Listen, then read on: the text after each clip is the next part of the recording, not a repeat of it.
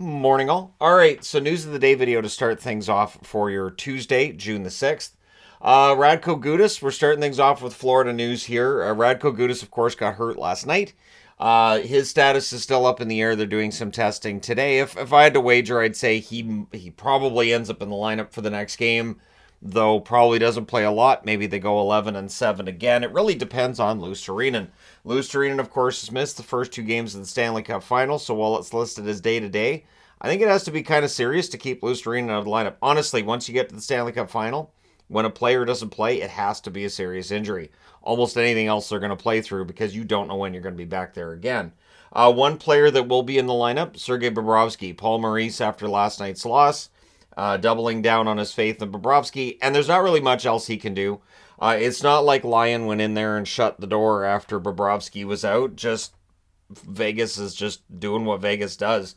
And I'll come back to that at the end of this as well. But yeah, Bobrovsky looks like we'll start game 3, and we'll see if things get better for Florida when they go home. The Firebirds.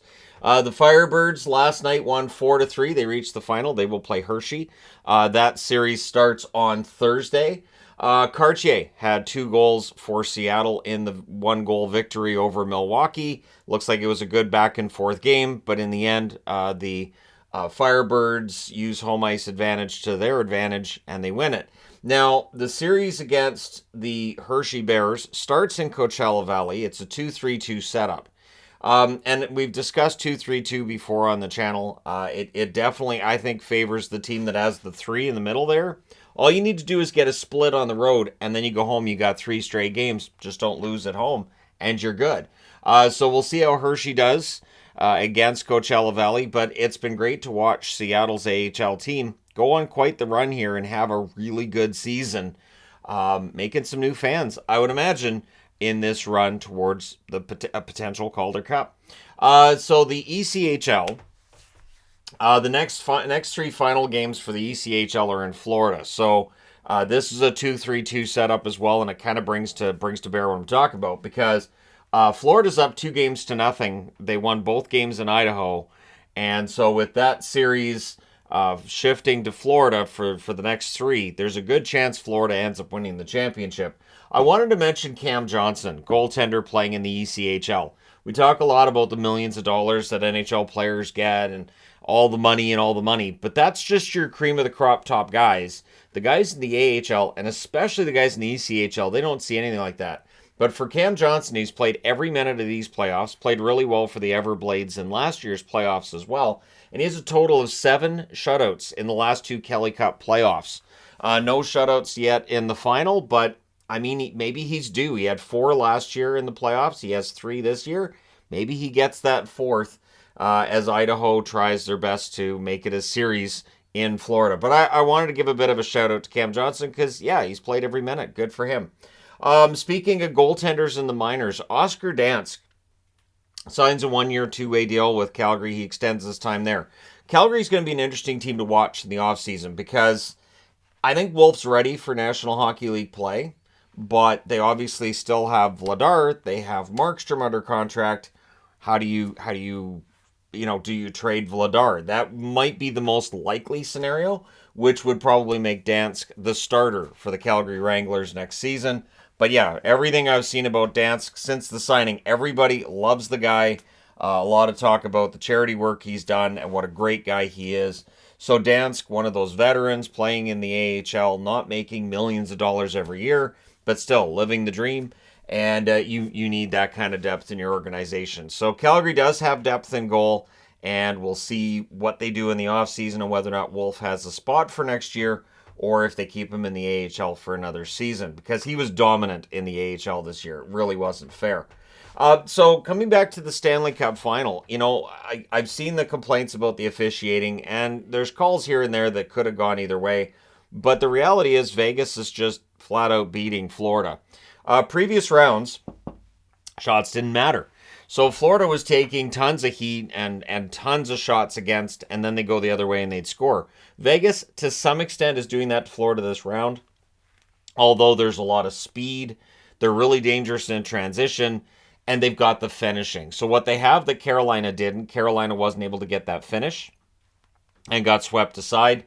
Vegas can finish, and Vegas really has that ability. And it feels like it's a whole different beast. They were 5th overall in the standings, 1st in the West.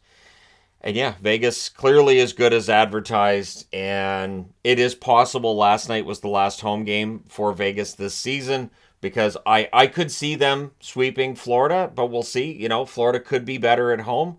But as I've said, the thing that's really helped Florida in these playoffs is their road play. They've won a ton of road games. They've been excellent on the road, and then they reach Vegas, and Vegas says no. So it's been impressive thus far. We'll see how it turns out. And then the question becomes one of, so if the toughest challenge that Vegas had on the way to a Stanley Cup is Edmonton, does that make Edmonton closer than they might have gotten credit for since Vegas beat them?